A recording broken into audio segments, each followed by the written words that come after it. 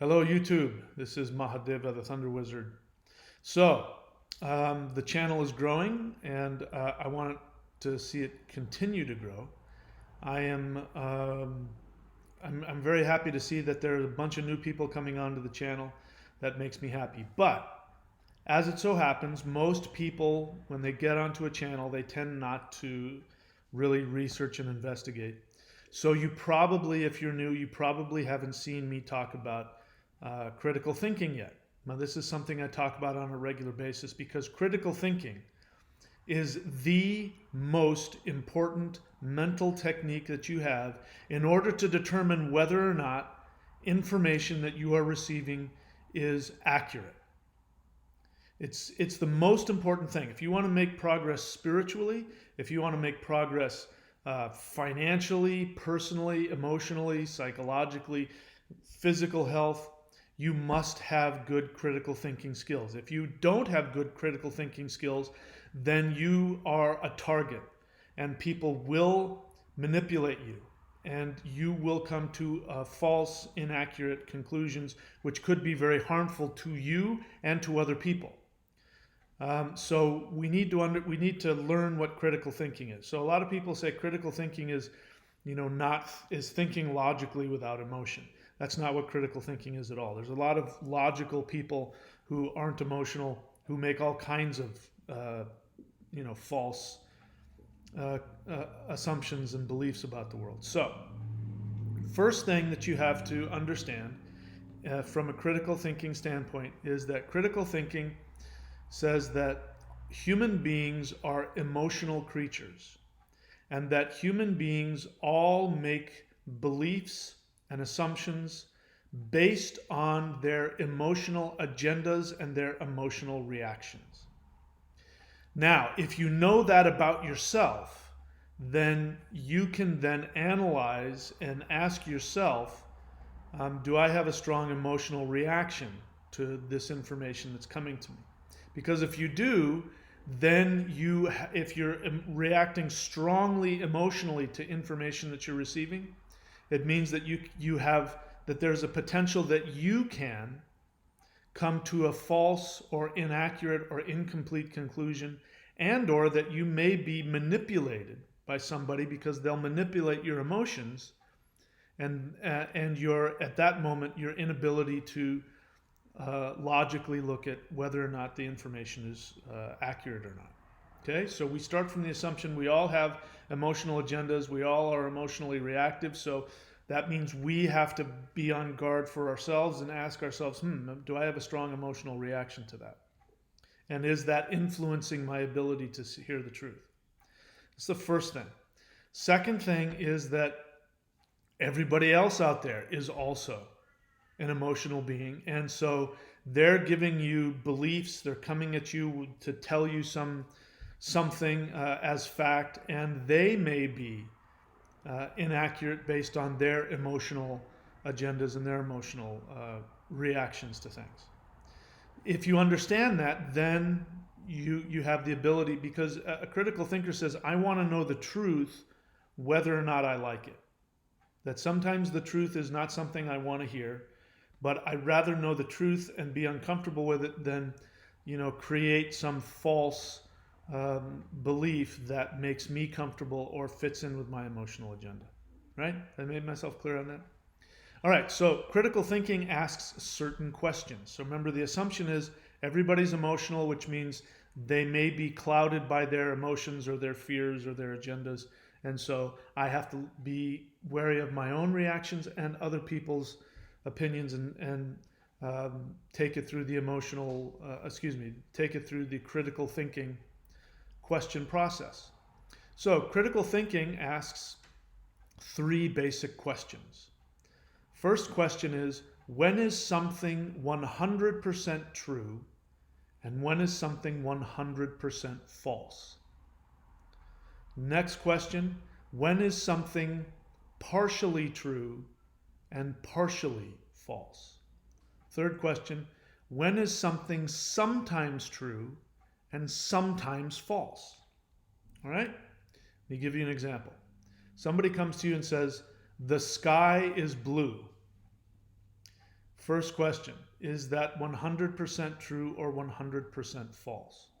If you were to look up in the sky on a sunny day during the day, the answer to that question would be 100% true. If there's no clouds in the sky is blue. That is 100% true. Next question. When is something partially true and partially false? Well, it's during the day, but it's cloudy. And the clouds come over, and then the sun shines through, and then the clouds break up, and then they come back together. So on a partly cloudy day, that statement, the sky is blue, is partially true and partially false. Third question. Somebody says to you, the sky is blue, and you go out there and it's nighttime. The sky is not blue, the sky is black. Then the third question, when is something sometimes true and sometimes false? The sky is blue during the day when there are no clouds in the sky. The sky is not blue when it's cloudy or when it's at night.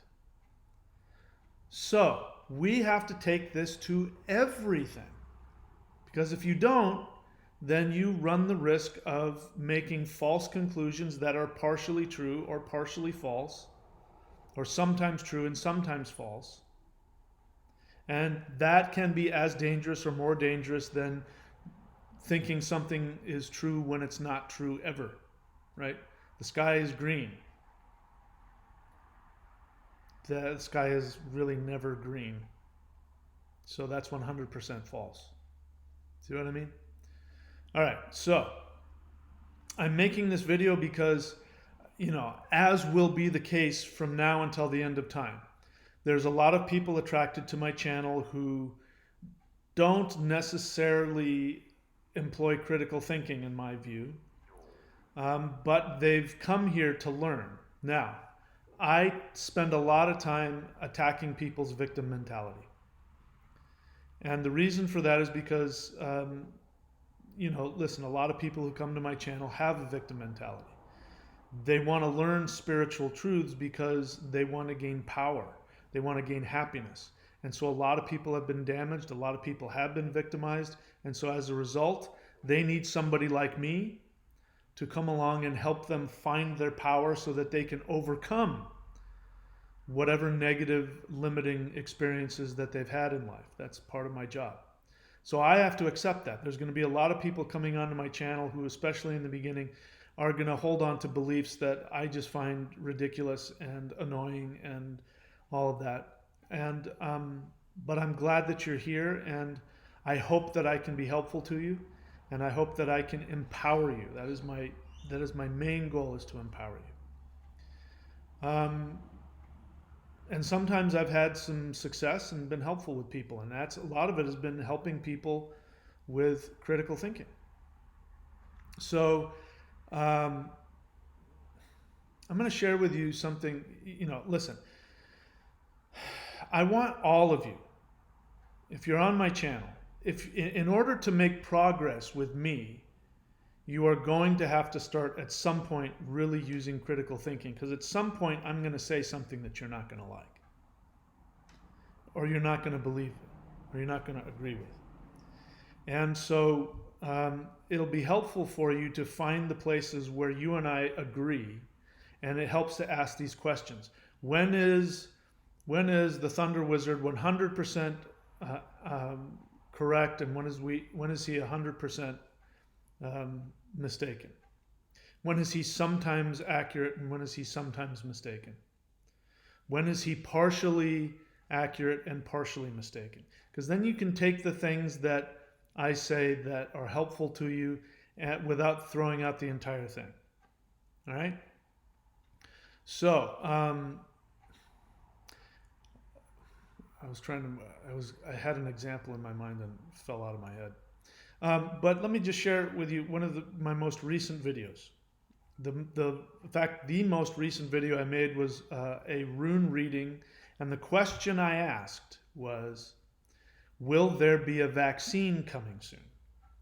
Now, I never said that I believe or don't believe in vaccines. I never said that I support or don't support vaccines. I never said that I recommend or don't recommend vaccines. You want to know why? Because I'm not a vaccine scientist. I don't have enough information. I've heard all the same things that all of you have about the dangers of vaccines, and I haven't made up my mind yet. I do know that some of them are harmful and outright don't work. And one of them is the flu vaccine. And I know that the CDC and that governments and doctors say you should get the flu vaccine every year.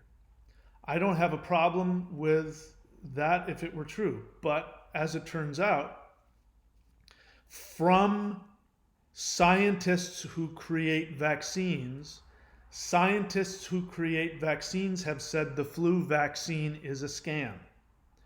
That gets my attention.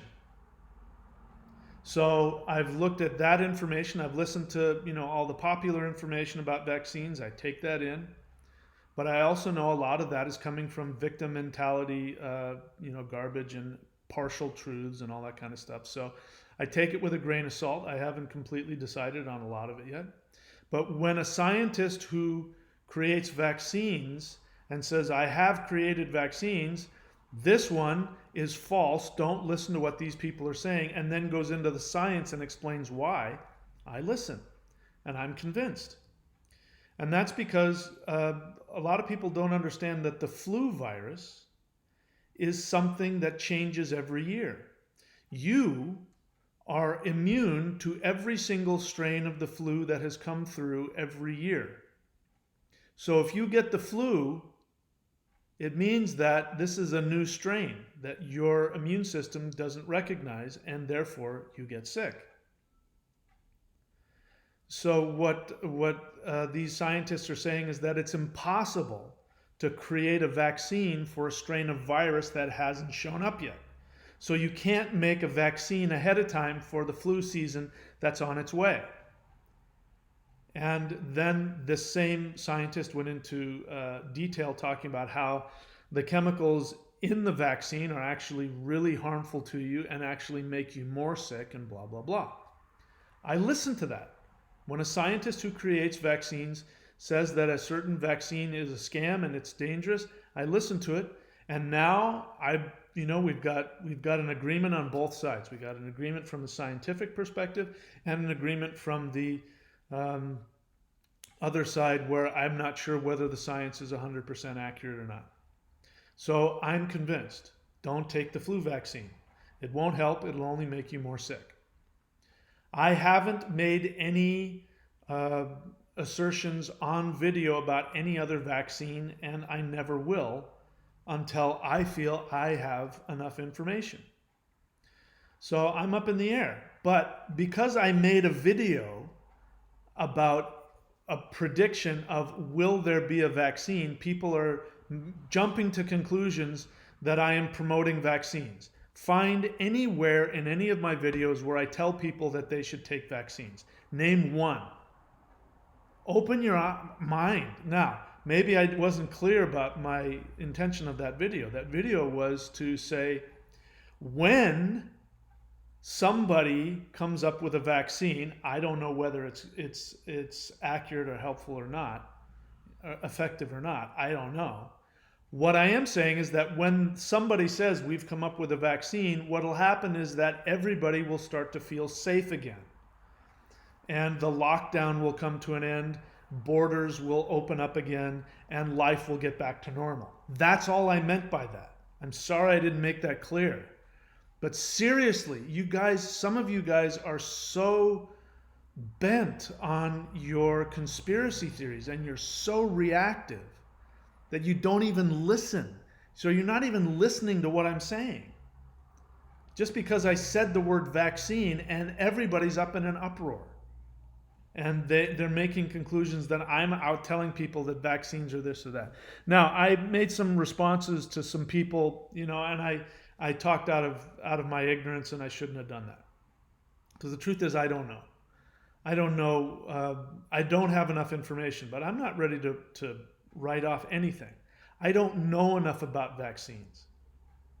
I've heard all of the stuff, but I also know that a lot of the information is coming from places where people have very strong emotional reactions and have very strong emotional agendas against things that, and they haven't proven to me that they know what they're talking about. I'm going to give you an example in my life. Okay, this is why I'm very cautious, and that when it comes to research, people keep saying do your research, and what they mean by that is they want me to watch the videos that they watch. But those people are only getting information from one source, and they've already got an emotional bias against any other argument that refutes their pet belief. And that is not critical thinking. So let me share with you how critical thinking has changed my thinking in some ways. One is the 9/11 truthers. I was a 9/11 truther for a long time. And I had watched all of the videos. I watched the documentaries about how the buildings this and that, and it was all a setup, and that it was all a government hoax and all that. And I bought into it. Until one day I realized that I hadn't investigated the other side of the argument. And I asked myself, do I have an emotional agenda in this? And I realized that I did, that I had a strong emotional bias that was anti-government.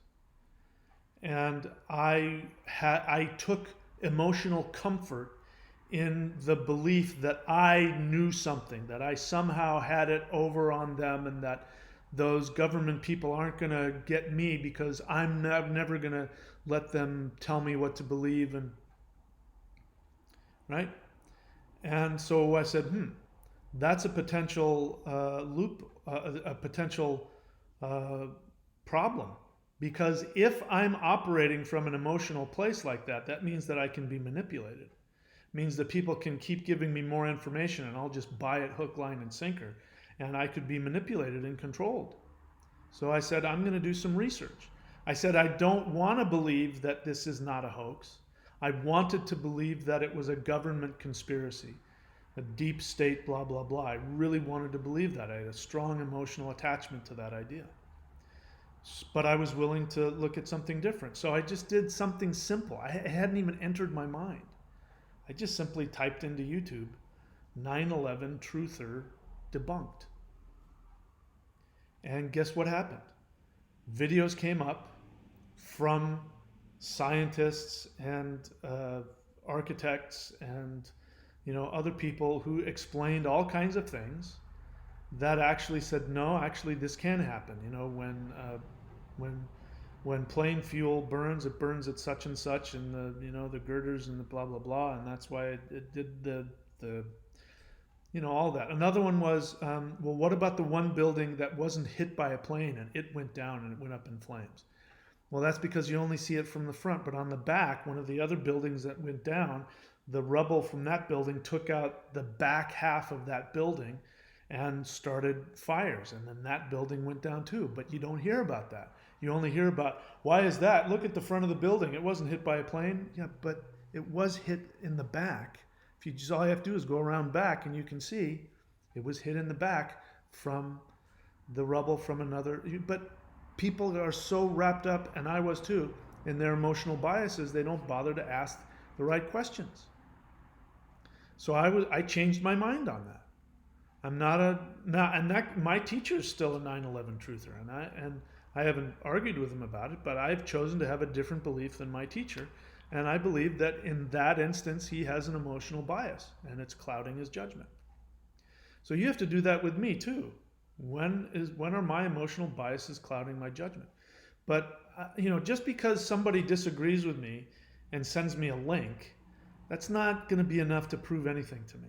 All that tells me is that you have a strong emotional bias and you need to prove your point to me, and so you're going to send me a link. Just because somebody's made a video, or just because there is a page somewhere on the internet, that doesn't mean it's the truth.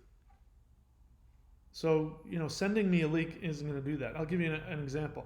I asked the question a while back. I said, is there scientific proof that touching your face in the eye or in the mouth will cause you to catch a virus, a flu, specifically the flu virus? And I wanted to know, is there any scientific studies, scientific evidence, scientific data that says that yes, you can pick up a virus by touching a surface and then touching your mouth or your eye? My common sense says that doesn't make any sense.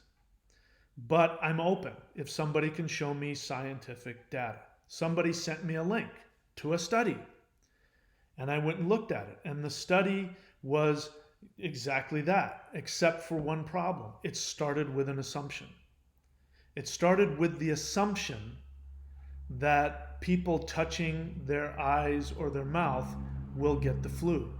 And so the whole study was based on what are the mathematical probabilities based on these people in this office, X amount of people got sick, X amount of people were sneezing, X amount of people weren't sneezing but were touching things, and those people who were touching things, 2.4%. But it started with the assumption, which I was trying to ask about, which is if you touch this and touch that, you'll get it. That's an assumption. I haven't seen any data for that. I have seen data that flu virus touching the nasal passages causes illness. That I know for a fact. We know that scientifically that's the case. I haven't seen any scientific data that says that touching a surface that the virus survives, and then touching your eye or your mouth will give you, a cold in your nose. I haven't seen anything. So this is an example of somebody sending me a link to a study supposedly proving something, but the study itself was flawed from the beginning because it started from an unsubstantiated assumption. So again, nobody has shown me that flu viruses will get you sick in any other way other than going up your nose and attaching to your snot. Other than that, nobody's shown me anything.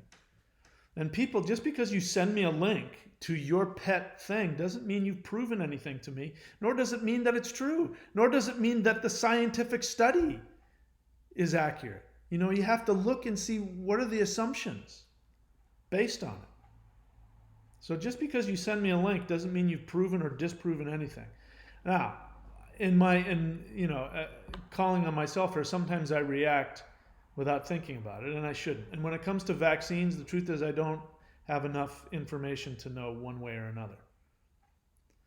But the biggest thing is that you guys are coming at me for, accusing me of promoting vaccines, and I haven't.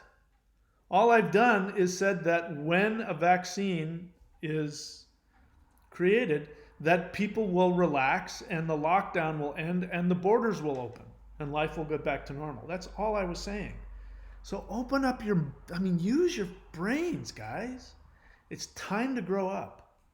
It's time to start thinking like adults. Adults look at things objectively. Adults do not react from their emotions. And the majority of you that are dropping this information on me, you have really strong emotional attachments to your conspiracy theory mindset. And I have been the first one to say that conspiracies exist. So it's not that conspiracies don't exist, but are you buying into conspiracy theories based on your emotional need to fight against people that are more powerful than you because you feel like a victim? Or have you actually done the research and looked at both sides of the argument and done true research? 99% of you have not. So, I just had to say that. Critical thinking, if you're going to make any progress, and at some point I'm going to say something that's going to piss you off. At some point. And at some point I will be wrong, and other times I'm going to be right. Of course, I think I'm going to be more right than wrong, but, that's for you to figure out. If you want to stay on my channel, you're going to have to employ critical thinking, because one thing I won't do with any of my students is I'm not going to co-sign your emotional agendas just to get views. I'm not going to do that. So If you want to be on my channel, the good thing to do is to grow up a little bit, be a little more mature, and I strongly recommend that you employ that.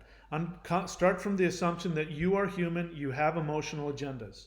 That means that you have the ability to be falsely persuaded simply because your emotions are blinding you to any objectivity because you want to believe something a certain way, or you have fears that force you to believe something.